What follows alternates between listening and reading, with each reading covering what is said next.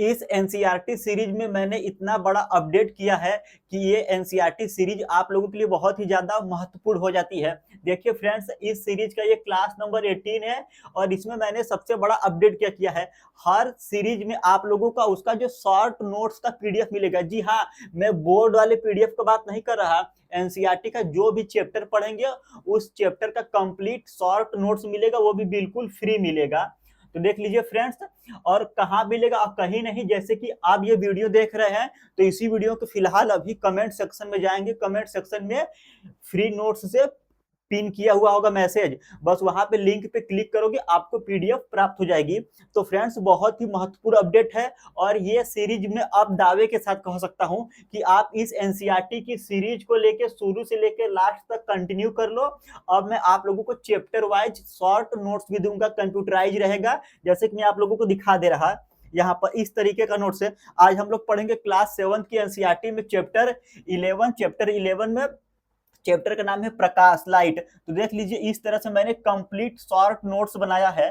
तो अब मैं आप लोगों को दावे के साथ कह सकता हूं कि आप लोग एनसीईआरटी में साइंस के लिए केवल आप हमारी इस सीरीज को शुरू से लेकर लास्ट तक कंटिन्यू कर लीजिए, सारे एमसीक्यू क्वेश्चन बना लीजिए, इसका बोर्ड पीडीएफ दे देता हूं और साथ ही साथ जो इस तरह से मैं हर एक चैप्टर का शॉर्ट नोट्स दूंगा, आप चाहे तो इसको प्रिंट करा सकते हैं या तो आप कॉपी में लिख लीजिए। अब मैं कह सकता हूं दावे के साथ कि अब आप लोगों को एनसीईआरटी पढ़ने की आवश्यकता नहीं है।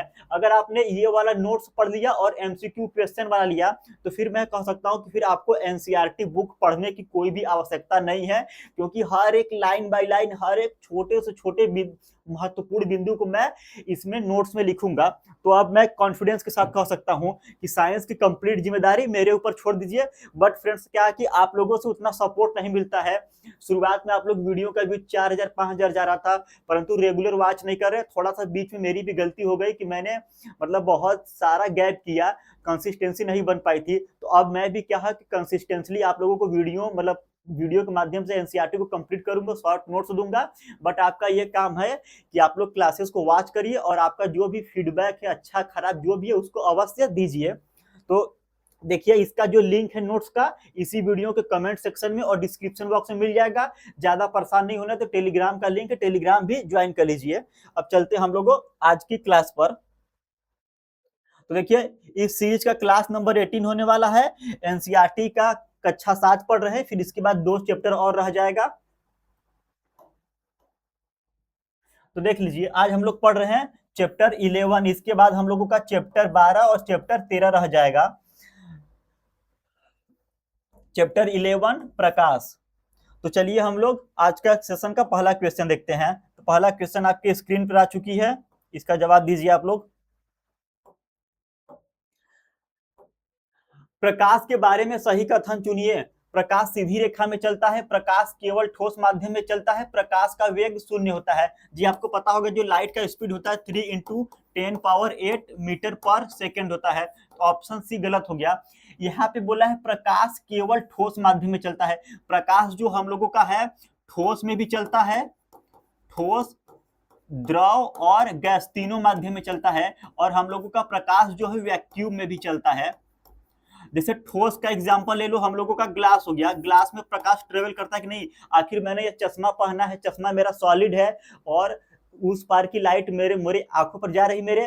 तो प्रकाश जो है ठोस में भी चलता है, जो पानी हो गया पानी के अंदर भी प्रकाश जाता है और गैसेस में चलता भी है, वैक्यूम में भी। यहाँ पे बोला है प्रकाश केवल ठोस माध्यम में चलता है, तो केवल ठोस की वजह से गलत हो गया। प्रकाश सीधी रेखा में चलता है, जो प्रकाश सीधी रेखा में चलता है इसी वजह से हम लोगों का शैडो बनता है। तो फिलहाल इसका ऑप्शन भी करेक्ट है। प्रकाश सरल रेखा के अनुदिश गमन करता है, एनसीईआरटी में यहां से पूछा गया था। अगला प्रश्न, परावर्तन के नियम के अनुसार आपतित कोण और परावर्तित कोण का संबंध क्या कहलाता है। बेसिक से बच्चों वाला सवाल है, बहुत ज्यादा टाइम में वेस्ट नहीं करूंगा। जैसे पता है परावर्तन जो है, जो इंसिडेंट रे रिफ्लेक्ट कर जाएगी, यहाँ पे बीच में नॉर्मल ड्रा करेंगे। इंसिडेंट एंगल और रिफ्लेक्टेड एंगल दोनों क्या होंगे, बराबर होंगे। Angle I equals to angle R, तो एंगल आई बराबर एंगल आर क्या होगा, आपतित कोण बराबर परावर्तित कोण होगा। ऑप्शन बी, जितने डिग्री पे इंसिडेंट करेगी ही उतने ही डिग्री पे रिफ्लेक्ट कर जाएगी। आपतित कोण बराबर परावर्तित कोण, angle of incidence equal to angle of reflection. बाकी सभी ऑप्शन गलत है। अगला प्रश्न, प्रकाश का परावर्तन। तो देखिए प्रकाश का परावर्तन एनसीईआरटी क्लास 7 है, क्लास 7 की एनसीईआरटी में यहां से पूछा गया है। समतल दर्पण में बनने वाला प्रतिबिंब कैसा होता है? तो जो समतल दर्पण होता है उसमें जो प्रतिबिंब बनता है, जो वस्तु का साइज होता है, वस्तु के साइज के बराबर बनता है प्रतिबिंब, यानी कि बड़ा नहीं बनेगा। वास्तविक और उल्टा, आपको हमेशा पता होगा जो समतल दर्पण होता है हम लोग का आभासी वर्चुअल इमेज बनाता है, ये तो रियल इमेज बनाएगा नहीं। जो हम लोगों का वर्चुअल एंड इरेक्ट, और कभी भी आप जब देखोगे समतल दर्पण, जैसे कि हमारा मोबाइल का ये ग्लास है, तो ग्लास क्या है कि प्लेन मिरर की तरह काम करेगा। तो जब आप इसमें देखोगे तो हमारा सर ऊपर रहेगा, पैर नीचे रहेगा। जब कभी भी इमेज सीधा रहेगा, सीधा इमेज हमेशा वर्चुअल रहता है, तो सीधा इरेक्ट वाला क्या रहेगा, वर्चुअल रहेगा। और रियल इमेज जो होता है हमेशा इन्वर्टेड होता है।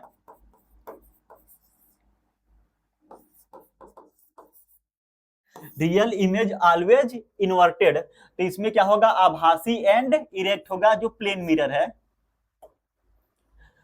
तो यहाँ पर देख लीजिए एनसीईआरटी में यहां से पूछा गया है, सामने प्लेन मिरर है, यहाँ पे मोमबत्ती है, तो जितना हम लोगों का वस्तु का हाइट होगा उतना ही हाइट इमेज का भी होगा।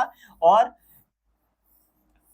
अगर वस्तु सीधा है तो वो भी जो हम लोग का इमेज बनेगा वो भी इमेज इरेक्ट बनेगा। तो इसलिए यहाँ पे जो प्लेन मिरर में मोमबत्ती का परछाई, सॉरी इमेज बन रहा, उसको हम लोग पर्दे पर नहीं ले सकते। पार्श्व उल्टाव का सही उदाहरण क्या है? Lateral inversion. लेटरल इन्वर्जन कहने का मतलब है कि इसमें सब कुछ सेम रहेगा परंतु थोड़ा सा इन्वर्जन हो जाता है, लेफ्ट वाला राइट हो जाएगा, राइट वाला लेफ्ट हो जाएगा। तो लेटरल इन्वर्जन में राइट लेफ्ट हो जाएगा और लेफ्ट क्या है कि राइट हो जाएगा। और ये किसमें देखा जाता है, हम लोगों का प्लेन मिरर में देखा जाता है। जो पार्श्व उल्टाव या लेटरल इन्वर्जन होता है ये प्लेन मिरर में होता है, प्लेन मिरर में। तो लेफ्ट राइट रिवर्सिबल हो जाता है, दाया का बाया, बाया का दाया हो जाएगा, बाकी ऊपर नीचे नहीं, ये सब फिक्स रहेगा, शेप साइज नहीं चेंज होता है। अब एनसीईआरटी में कहां से प्रश्न पूछा गया है, तो एनसीईआरटी में देख लीजिए यहाँ पर है लेटरल इन्वर्जन वाला। जैसे आप कभी प्लेन मिरर के सामने खड़े होइए तो इसमें लेटरल इन्वर्जन होगा, दाया बाया हो जाएगा और बाया वाला दाया हो जाएगा।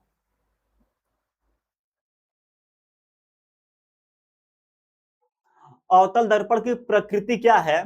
जो हम लोगों का कॉनकेव मिरर है, बताओ कॉनकेव मिरर क्या होता है, डाइवर्जिंग, कन्वर्जिंग या बोथ होता है। तो देख लो जो अवतल दर्पण होता है इस प्रकार होता है, अवतल दर्पण, और इसके प्रिंसिपल एक्सिस के लाइट जाएगी तो फोकस से पास करेगी, यहाँ पे फोकस हो गया, कहां से पास करेगी, फोकस से। तो इसने लाइट को क्या किया, कन्वर्ज कर दिया, ढेर सारी लाइट जा रही थी उसको एक पॉइंट पर ला दिया। तो क्या करेगा, जो अवतल दर्पण होगा कन्वर्जिंग होगा, ये लाइट को कन्वर्ज करेगा।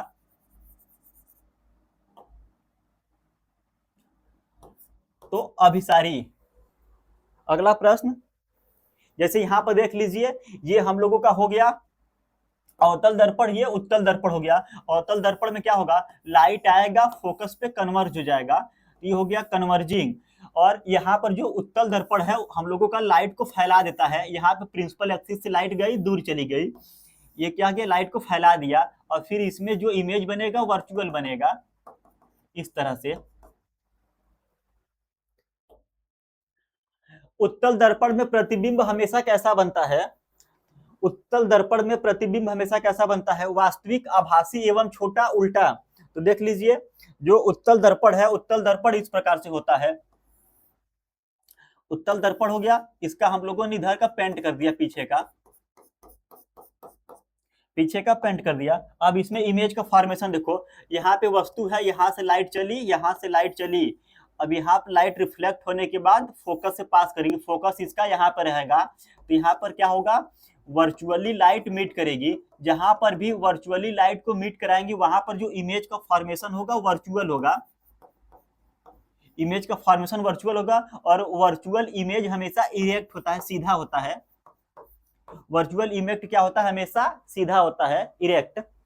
और इन्वर्टेड, उल्टा इमेज हमेशा रियल होगा। इसमें इमेज क्या बनेगा, रियल बनेगा नहीं, उल्टा बनेगा नहीं, वर्चुअल एंड डिमिनिश्ड और छोटा भी बनेगा। तो इसमें जो इमेज हम लोग का वर्चुअल भी रहेगा, इरेक्ट भी रहेगा और डिमिनिश्ड भी रहेगा।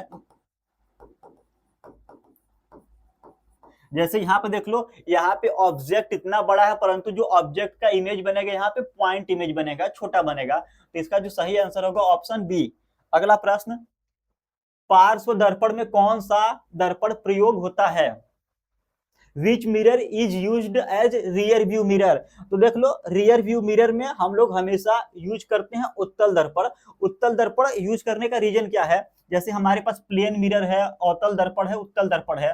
तो देख लो, यहाँ पे हम लोगों का एक हो गया अवतल दर्पण और यहाँ पर एक हो गया उत्तल दर्पण। तो हमेशा हम लोग क्यों रियर व्यू मिरर में उत्तल दर्पण का यूज किया जाता है? अवतल दर्पण हो गया और उत्तल दर्पण। आज इसके पीछे का रीजन देखो। देखो, जैसे ये अवतल दर्पण है तो इसमें जो लाइट का इंट्रेंस होता है, यानी कि कितना लाइट इसमें इंटर करेगी, फील्ड ऑफ व्यू, तो इसका जो फील्ड ऑफ व्यू है इतना है, मतलब इसमें कम लाइट प्रवेश करेगी। जब कम लाइट प्रवेश करेगी तो जो हमारा एरिया है कम एरिया कवर करेगा, यानी कि जो ये अवतल दर्पण है केवल इतने एरिया में ही लाइट इंटर करेगा, तो इतने ही एरिया को कवर करेगा। परंतु वहीं पर जो उत्तल दर्पण है, उत्तल दर्पण का शेप ऐसा होता है, उत्तल दर्पण का शेप ऐसा होता है, तो इसलिए इसका जो फील्ड ऑफ व्यू बढ़ जाता है, यानी कि छोटे से मिरर में हम लोग बहुत बड़े एक एरिया को देख लेंगे। आप देखिए, इसका फील्ड ऑफ व्यू इतना है और इसका जो फील्ड ऑफ व्यू है इतना है। तो इसलिए हमेशा हम लोग जो कार वगैरह होता है, बाइक वगैरह होता है, रियर व्यू मिरर के लिए उत्तल दर्पण का यूज करते हैं। उत्तल दर्पण मिरर में आप देख लो, ये छोटा सा मिरर इस पूरे एरिया को कवर कर लेगा, यानी इस पूरे एरिया का इमेज हम लोग इस मिरर में देख लेंगे। तो हमेशा इसमें यूज किया जाता है उत्तल दर्पण। अगला प्रश्न, अवतल दर्पण कब आवर्धक की तरह काम करता है? When concave mirror acts as magnifying mirror।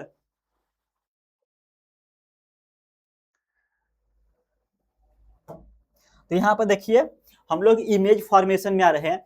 जैसे यहाँ पे सब अवतल दर्पण का इमेज, जब हमारा वस्तु इनफाइनाइट पे है, जब वस्तु इनफाइनाइट पे है तो जो उसका इमेज बनेगा फोकस पे बनेगा और काफी ज्यादा पॉइंट इमेज बनेगा, छोटा रहेगा और हम लोगों का रियल इमेज रहेगा, सॉरी रियल इमेज रहेगा और इन्वर्टेड रहेगा, उल्टा।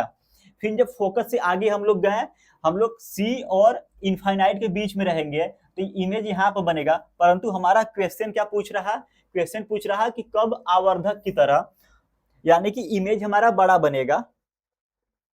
तो देख लो, वस्तु से इमेज छोटा बना है, यहाँ पर भी इमेज जो ऑब्जेक्ट से इमेज छोटा बना है, यहाँ पर जितना बड़ा ऑब्जेक्ट है उतना बड़ा ही इमेज बना है।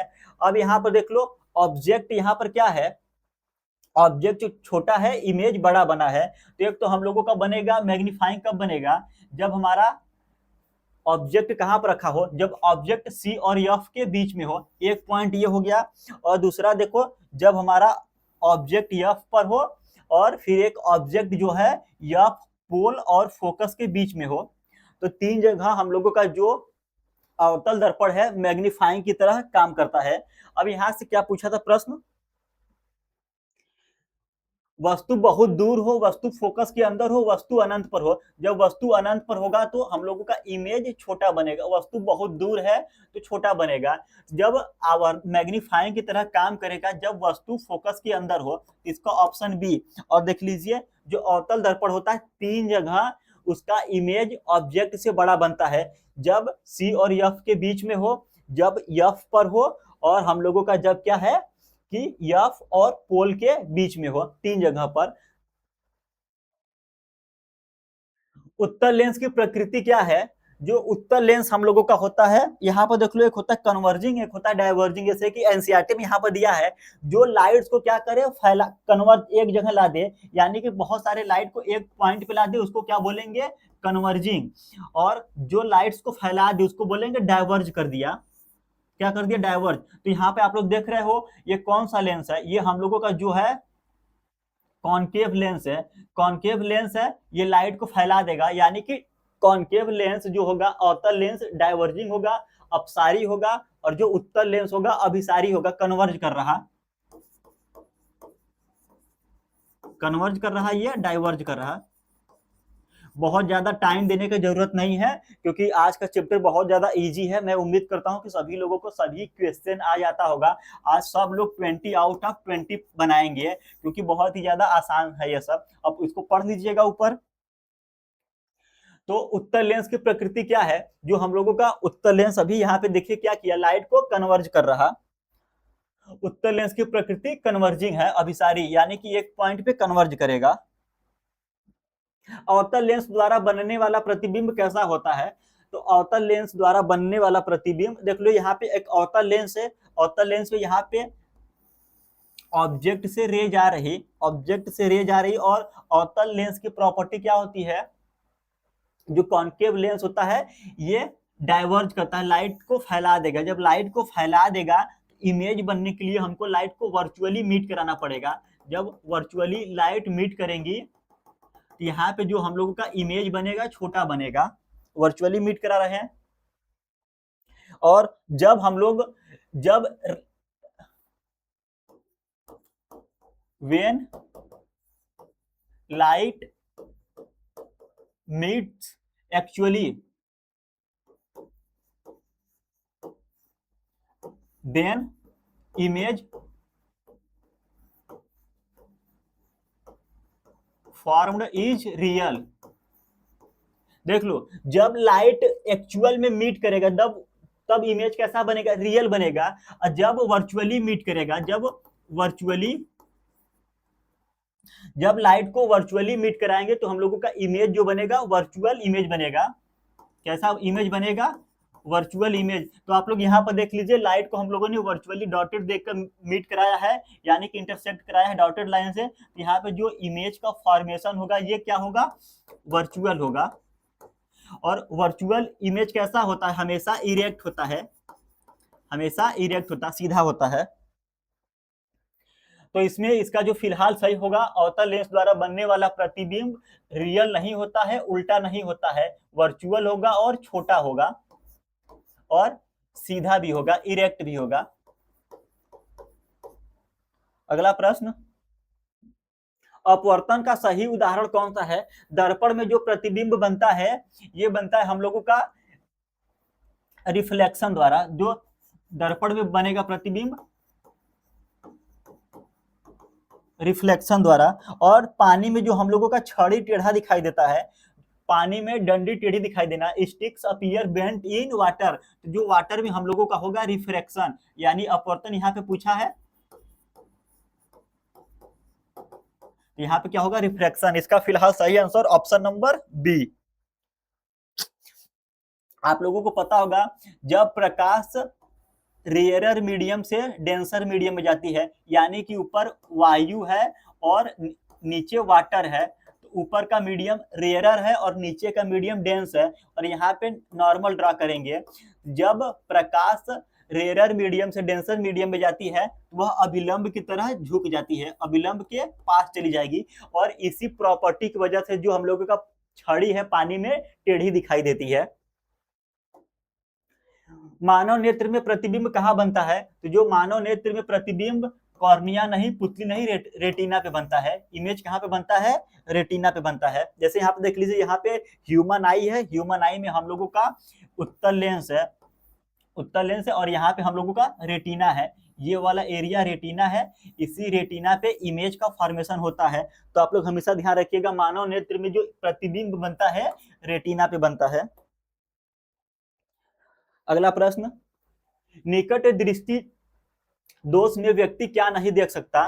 तो आप लोग इस चीज में अवश्य ध्यान देना कि जो निकट दृष्टि दोष, यानी कि हम लोगों का मायोपिया, या तो हम लोगों का होता है नियर साइटेडनेस। इसमें क्या होता है, व्यक्ति को निकट का दिखाई देगा, दूर का नहीं दिखाई देता। तो क्या नहीं देख पाता, दूर की वस्तु को नहीं देख पाता। इस चीज में हमेशा ध्यान रखने का। अगर दूर दृष्टि दोष बोलेगा, फार साइटेडनेस, तो उसमें हमेशा दूर की वस्तु दिखाई देगी, नजदीक की नहीं दिखाई देगी। तो यहाँ पे निकट दृष्टि दोष है, तो निकट का दिखाई देगा, दूर का नहीं दिखाई देगा। तो यहाँ पर ये है। और इसको दूर करने के लिए हम लोग यूज करते हैं कौन सा लेंस, कॉनकेव लेंस यूज करते हैं, यानी कि अवतल लेंस। इसको दूर करने के लिए कॉनकेव अवतल लेंस का यूज करते हैं। दूर दृष्टि दोष को ठीक करने के लिए कौन सा लेंस उपयोग होता है? तो दूर दृष्टि दोष को दूर करने के लिए हम लोग यूज करते हैं, दूर दृष्टि दोष में दूर का दिखाई देगा, नजदीक का नहीं दिखाई देगा, तो नजदीक का नहीं दिखाई देने के लिए हम लोग यूज करेंगे उत्तल लेंस। नजदीक का ठीक करने के लिए उत्तल लेंस का यूज करेंगे, क्योंकि दूर का दिखाई देगा, नजदीक का नहीं। प्रिज्म का मुख्य कार्य क्या है? प्रिज्म का जो मुख्य कार्य है, प्रकाश को सीधा करना नहीं, प्रकाश को रोकना नहीं, प्रकाश का विभाजन करना, व्हाइट लाइट को 7 लाइट्स में ब्रेक डाउन करना। इंद्रधनुष बनने का कारण क्या है? तो इंद्रधनुष बनने का जो कारण है, परावर्तन होता है, अपवर्तन एंड वर्ण विक्षेपण, यानी कि परावर्तन, reflection, refraction and total internal reflection भी होता है। तो देख लीजिए इंद्रधनुष कैसे बनता है। यहाँ पे पानी की बूंद है, वाटर ड्रॉपलेट है, ये वाटर ड्रॉपलेट हो गया, और यहाँ पे सूर्य हो गया। जब सूर्य से व्हाइट लाइट चल रही है, पानी के अंदर गया, जब एक माध्यम से दूसरे माध्यम में प्रकाश जाएगा तो उसको बोलेंगे हम लोग रिफ्रैक्शन, यानी कि अपवर्तन। प्रकाश पानी के अंदर, पानी की बूंद के अंदर गया, फिर यहाँ पे डिस्पर्जन होगा, यानी कि जो व्हाइट लाइट है 7 लाइट्स में डिवाइड हो जाएगी। फिर जो 7 लाइट है पानी की बूंद के अंदर, इसका टोटल इंटरनल रिफ्लेक्शन होगा। पानी का जो वाटर ड्रॉपलेट है उसी के अंदर टोटल इंटरनल रिफ्लेक्शन होगा। टोटल इंटरनल रिफ्लेक्शन के बाद फिर यहाँ से होगा हम लोगों का रिफ्रैक्शन, यहाँ पे रिफ्लेक्शन होगा, रिफ्लेक्शन यानी कि परावर्तन, फिर यहाँ पे होगा अपवर्तन। तो रेनबो के फॉर्मेशन के लिए हम लोगों का क्या होता है? अपवर्तन होता है, रिफ्रैक्शन, रिफ्लेक्शन होता है, और टोटल इंटरनल रिफ्लेक्शन, यानी कि 3 चीजें होती हैं। एक होता है परावर्तन, एक होता है अपवर्तन, और पूर्ण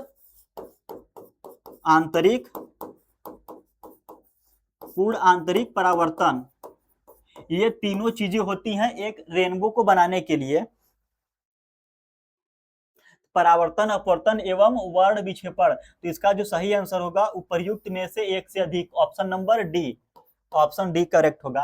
अगला प्रश्न, अभिसारी किरणों का अर्थ क्या है? Converging raise.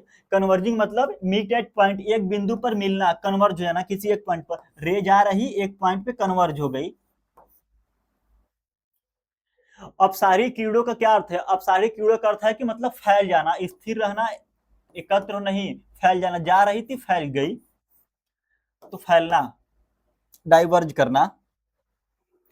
आकाश नीला क्यों दिखाई देता है? आकाश जो नीला दिखाई देता है, परावर्तन के कारण, प्रकीर्णन के कारण, अपवर्तन के कारण। जैसे कि यहाँ पर देखिए, सूर्य के श्वेत प्रकाश में सभी रंग होते हैं, वायुमंडल में मौजूद सूक्ष्म कण छोटे तरंगदैर्ध्य वाले रंग नीला या बैंगनी का अधिक प्रकीर्णन, स्कैटरिंग करते हैं। हमारी आंखों तक मुख्य रूप से नीला प्रकाश पहुंचता है, इसलिए आकाश नीला दिखाई देता है। जैसे कि आप लोगों को पता है, जब प्रिज्म से व्हाइट लाइट पास करती हो तो ये 7 कलर्स में डिवाइड हो जाता है। जब 7 कलर्स में डिवाइड हो जाएगा तो देख लो कौन अपने मार्ग से ज्यादा विचलित हो रहा है, यानी कि किसका स्कैटरिंग ज्यादा हो रहा। तो देखोगे रेड सबसे ऊपर है, जो रेड कलर है सबसे ऊपर है, यानी कि इसका स्कैटरिंग कम हो रहा। सबसे ज्यादा जो फैल रहा कौन सा फैल रहा, वो ब्लू कलर है, सबसे ज्यादा फैलने वाला ब्लू कलर है। इसलिए हमारे एटमॉस्फेयर में सबसे ज्यादा स्कैटरिंग भी होता है ब्लू कलर का, इसलिए हमारा आकाश नीला दिखाई देता है, प्रकीर्णन यानी कि स्कैटरिंग के कारण। नीला क्यों दिखाई देता है? क्योंकि प्रिज्म में देख लो सबसे ज्यादा विचलित होने वाला, फैलने वाला जो कलर है ब्लू है। तो ड्यू टू स्कैटरिंग। और क्वेश्चन नंबर 20, आवर्धक लेंस कौन सा होता है? अवतल लेंस, उत्तल लेंस, समतल दर्पण। इसका जवाब आप लोग कमेंट सेक्शन में दीजिएगा, इसका जवाब आप लोग कमेंट सेक्शन में दीजिए। और इसका मैं जो आप लोगों को शॉर्ट नोट्स का पीडीएफ दिखाया है, एक बार फिर से बता दे रहा कि कमेंट सेक्शन में लिंक है, वहां से प्राप्त कर लीजिए। और वीडियो कैसा लगा, वीडियो को पसंद आया हो तो लाइक कर दीजिए, चैनल को सब्सक्राइब नहीं किया है तो अभी तक चैनल को सब्सक्राइब कर लीजिए।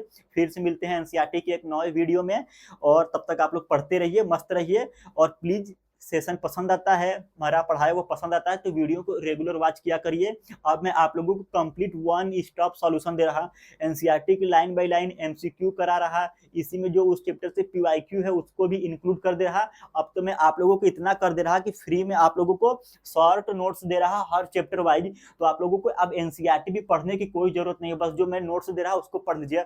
इतना कुछ मैं आप लोगों के लिए एफर्ट कर रहा, तो आप लोगों से मैं छोटा सा उम्मीद करता हूं कि वीडियो को रेगुलर वॉच करिए, हो सके तो दोस्तों के साथ शेयर कर दीजिए, वीडियो में कमेंट कर दीजिए। एक कमेंट सेक्शन में हाइप वाला पॉइंट आता है, तो हाइप वाला बटन भी दबा सकते हैं, और कोशिश करिए कि वीडियो को रेगुलर वॉच करिए। तब तक के लिए आप सभी का बहुत बहुत धन्यवाद।